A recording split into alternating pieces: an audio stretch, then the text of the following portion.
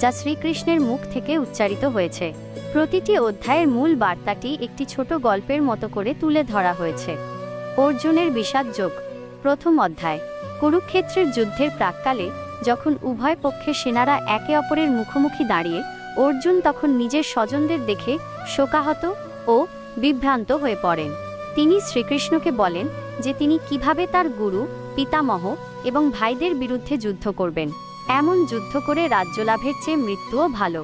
অর্জুনের এই মানসিক যন্ত্রণার সময় শ্রীকৃষ্ণ তাকে সান্ত্বনা দেন এবং যুদ্ধের গুরুত্ব বোঝান। অর্জুন বুঝতে পারেন যে ধর্মের পথে যুদ্ধ করা তার কর্তব্য। সাংখ্যযোগ ও কর্মযোগ। দ্বিতীয় ও তৃতীয় অধ্যায়। এই অধ্যায়গুলিতে শ্রীকৃষ্ণ অর্জুনকে কর্মের প্রকৃত অর্থ শেখান। তিনি বলেন, আত্মাকে অস্ত্র দিয়ে কাটা যায় না, আগুন দিয়ে পোড়ানো যায় না, জল দিয়ে ভেজানো যায় না। আত্মা অমর, তাই যুদ্ধক্ষেত্রে দেহ মরে গেলেও আত্মা মরে না। শ্রীকৃষ্ণ অর্জুনকে বোঝান যে কর্মের ফল সম্পর্কে চিন্তা না করে কেবল কর্তব্য করা উচিত। এটিই হলো কর্মযোগ। তিনি বলেন, তোমার অধিকার শুধু কর্ম করার, ফল লাভের নয়। এই শিক্ষা অর্জুনকে কর্তব্য পালনে উদ্বুদ্ধ করে। জ্ঞানযোগ। চতুর্থ অধ্যায়। এই অধ্যায়ে শ্রীকৃষ্ণ নিজের পরিচয় দেন।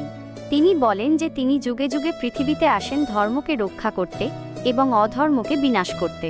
তিনি বলেন, যখনই পৃথিবীতে ধর্ম কমে যায় এবং অধর্ম বেড়ে যায়, তখনই আমি আবার জন্ম নিই। তিনি আরও বলেন যে যারা আমাকে জানে এবং আমার ভক্ত হয় তারা আমার কৃপা পায়। এই জ্ঞান মানুষকে মুক্তি ও শান্তি দেয়। বিভূতিযোগ। দশম অধ্যায়। অর্জুন শ্রীকৃষ্ণকে জিজ্ঞাসা করেন কিভাবে তাকে সর্বত্র অনুভব করা সম্ভব। জবাবে শ্রীকৃষ্ণ তাকে নিজের দিব্য রূপ ও শক্তি সম্পর্কে জানান। তিনি বলেন, আমি সমস্ত সৃষ্টিজগতের আদি, মধ্য এবং অন্ত। তিনি জানান যে তিনি সমস্ত কিছুর মধ্যে কিভাবে বিদ্যমান।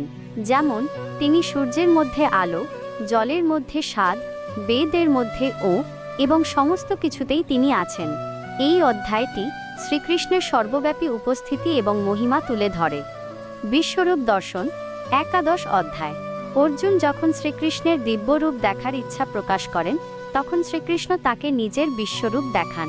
এই রূপটি ছিল এমন এক মহাজাগতিক প্রকাশ যেখানে অর্জুন একসাথে লক্ষ লক্ষ সূর্য, চন্দ্র, গ্রহ, নক্ষত্র এবং সমস্ত দেবদেবীকে শ্রীকৃষ্ণের দেহের মধ্যে দেখতে পান।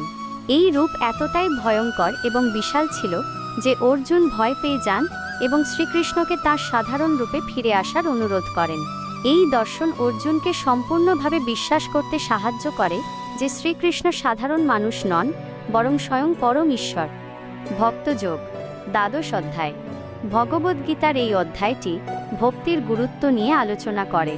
শ্রীকৃষ্ণ বলেন যে যিনি তাকে সম্পূর্ণভাবে ভালোবাসেন, তাকে বিশ্বাস করেন এবং তাঁর উপর সবকিছু অর্পণ করেন, তিনি সবচেয়ে প্রিয়। তিনি বলেন যে যারা কোনো কিছুতে ঘৃণা করে না, সবার প্রতি দয়া করে, শান্ত এবং সন্তুষ্ট থাকে, তারাই তার সবচেয়ে প্রিয় ভক্ত। তিনি আরও বলেন, এই ধরনের ভক্তি মানুষকে মুক্তির দিকে নিয়ে যায়। এই অধ্যায়গুলির মাধ্যমে শ্রীকৃষ্ণ কেবল অর্জুনকে যুদ্ধ করতে শেখাননি, বরং জীবনের গভীর দর্শন এবং সঠিক পথে চলার নির্দেশনাও দিয়েছেন।